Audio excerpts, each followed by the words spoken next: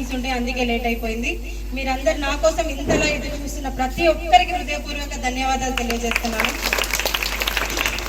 మరి బతుకమ్మ అంటే మీ అందరికీ తెలిసే ఉంటుంది. బతుకమ్మ అంటేనే ప్రతి పువ్వు తీరు పువ్వులతో పేరించేదే బతుకమ్మ కాబట్టి, మనకు బ్రతుకునిచ్చేదే బతుకమ్మ కాబట్టి, మరి అలాంటి బతుకమ్మను దేవుడికి పూలు పెట్టి పూజిస్తాం కదా అందరం ప్రతి ఒక్కరం. మరి బతుకమ్మ అంటే ఏంటిది? మన పువ్వుల్నే పూజ చేస్తున్నాం. అలాంటి సంస్కృతి మన తెలంగాణలోనే మాత్రమే ఉంది కాబట్టి ఈ తెలంగాణ సాధించిన ప్రతి ఒక్కరికి ఈ బతుకమ్మను ఇంత మనకి పెద్ద పండుగగా చేసిన ప్రతి ఒక్కరికి హృదయపూర్వక ధన్యవాదాలు తెలియజేస్తున్నాను. మరి ఇలాంటి పండుగ ప్రపంచంలో నలుమూలల ప్రపంచం ఇప్పుడు చూడండి, మీరు యుఎస్ లో చూడండి, యూకేలో చూడండి, కెనడాలో చూడండి, ఎక్కడైనా చూడండి బతుకమ్మని ఎట్లా ఆడుతున్నారంటే మనం కూడా గర్వించేలాగా మన తెలంగాణ సంస్కృతిని ఇక్కడే కాదు ప్రపంచ నలుమూల దేశాలలో మన బతుకమ్మను తీసుకెళ్లి ఆడుతున్నారు కాబట్టి ఎక్కడ కూడా కొంచెం కూడా తగ్గించకుండా మన పండుగను మన గర్వాన్ని అంటే మన గౌరవించుకునేలాగా చేస్తున్నారు కాబట్టి ప్రతి ఒక్కరికి హృదయపూర్వక ధన్యవాదాలు. ఇది ఓన్లీ ప్రపంచ నలుమూలలే మన భారతదేశంలో మహారాష్ట్ర అని ఒకటి ఉంటుంది, మీ అందరికి ఐడియా ఉంటుంది. మహారాష్ట్రలో కూడా ఇంతకంటే కూడా ఒకప్పుడు చాలా ఘనంగా చేసేవాళ్ళు. 9 రోజులు కూడా పెద్ద పెద్ద బతుకమ్మలు వేరిచి ఆడేవాళ్ళు. అక్కడ ఎట్లాంటి డీజేలు పెట్టుకోవడం ఆడడం కాకుండా మహిళలు పాటలు పాడేవాళ్ళు అక్కడ మహారాష్ట్రలో. సో దాని తర్వాత ఎప్పుడైతే మనకు తెలంగాణ మనం సాధించుకున్నాం 2014లో మనకు తెలంగాణ మనకు వచ్చిందో అప్పటి నుంచి మన తెలంగాణలో అంతకంటే ఇంకెక్కువగా మనం పండుగ చేసుకుంటున్నాం. చాలా పెద్ద ఎత్తున పండుగ చేసుకుంటున్నాం.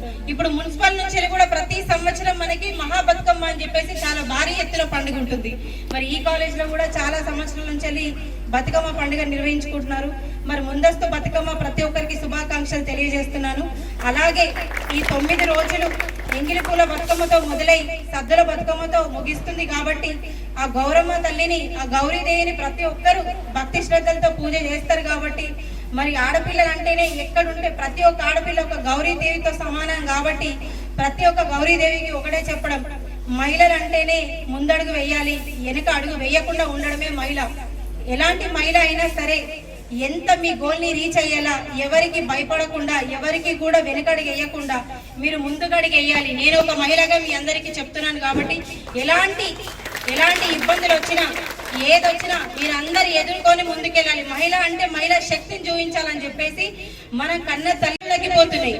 మనకి ఇప్పుడు చూడండి ఇంత చలి పెట్టి, ఇది చలికాలం అసలైతే పెత్రమాసకి పెసరిగిందంటే చలి వస్తుందని చెప్తారు పెద్దలు. ఒకప్పుడు చెప్తారు శివరాత్రికి శివ అని కూడా వెళ్ళిపోతాను కూడా చెప్పేవాళ్ళు. మరి పెత్రమాస ఈ రోజు లేదు రేపు ఉన్నది. మరి మనకు చలి పెడుతుంది అంటారా మీరు ఎవరన్నా? మరి ఈ వేడికి కారణం ఏంటిది? చెట్లను తగ్గించడం.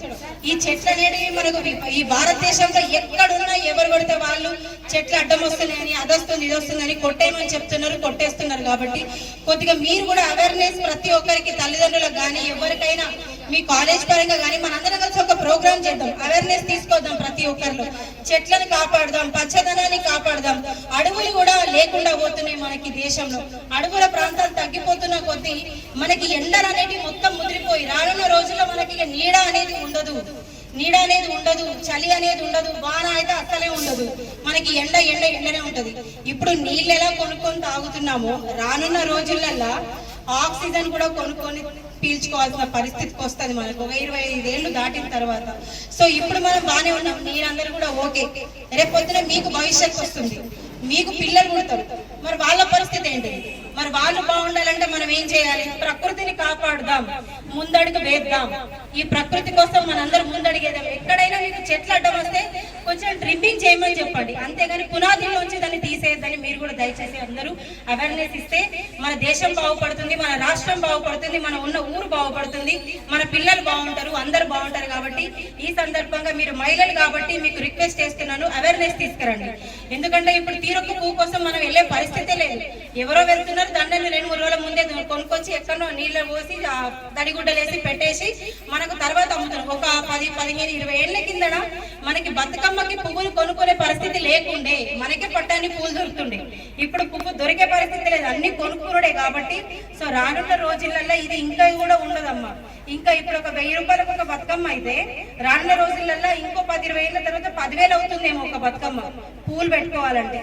సో మీరందరూ ఈ చెట్లను కాపాడదాం, మన పర్యావరణాన్ని కాపాడదాం, హరితహారాన్ని కాపాడదాం అని చెప్పేసి ప్రతి ఒక్కరికి సందర్భంగా తెలియజేస్తూ మీరందరూ మీ గోల్ ని రీచ్ అవ్వాలి. మంచిగా రీచ్ అవ్వాలి. ఎక్కడ కూడా ఎవరి వల్ల కూడా మీరు వెనుకడికి వేయద్దు, మీరు ముందుండాలి. నాలాంటి వాళ్ళు మీ అందరికీ సపోర్ట్ చేయడానికి ఎప్పటికీ ఉంటారు. ఇంకా మీకు ఎలాంటి సపోర్ట్ కావాలన్నా కూడా మీ టీచర్స్ ఉన్నారు అండ్ పేరెంట్స్ ఉన్నారు.